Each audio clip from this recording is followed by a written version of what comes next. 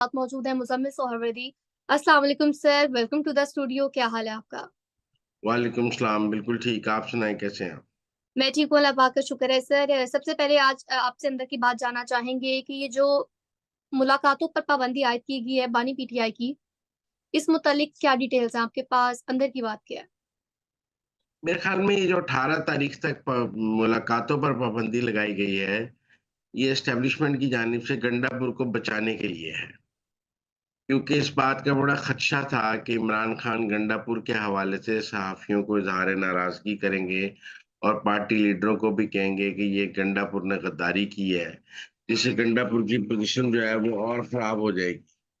इसलिए गंडापुर के को बचाने के लिए और दूसरा ये है कि हुकूमत आईनी तरमीम ला रही है और उस आईनी तरमीम से पहले नहीं चाहती कि बानी पीटीआई को उस हवाले से बात करें, तो उनकी ज़ुबानबंदी की 2-3 वजूहात हैं कि उनकी मुलाकातों पर पाबंदी के वो मीडिया से बात ना कर सकें। इस दौरान आईनी तरमीम भी करनी है और गंडापुर को भी बचाना है क्योंकि गंडापुर ने आईनी तरमीम में मदद करने का वादा किया है।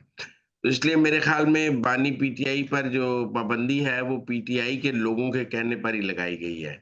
क्योंकि पीटीआई के लोगों को ये बड़ा प्रॉब्लम है कि अगर वो कोई पॉलिसी बनाते हैं एस्टेब्लिशमेंट के साथ, कोई स्क्रिप्ट पे काम करते हैं, तो बानी पीटीआई अपनी गुफ्तगू से उसको साबोताज कर देते हैं और एक नई लाइन ले लेते हैं, जिसके बाद पार्टी के ओहदेदारों के लिए बड़े मसाइल पैदा हो जाते हैं।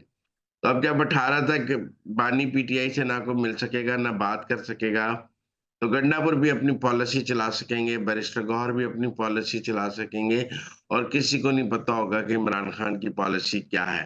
तो ये जो पाबंदी है, ये पीटीआई के लीडरशिप की मर्ज़ी से लगी है, इसीलिए उन्होंने इस पर कोई ख़ास एहतजाज नहीं किया है। बस उनका ख़्याल है कि ये अगर आप खान का मुलाकातें बंद रखें, तो आप जो काम से कराना चाहते हैं, हम करने के लिए तैयार हैं और इसी में होगा।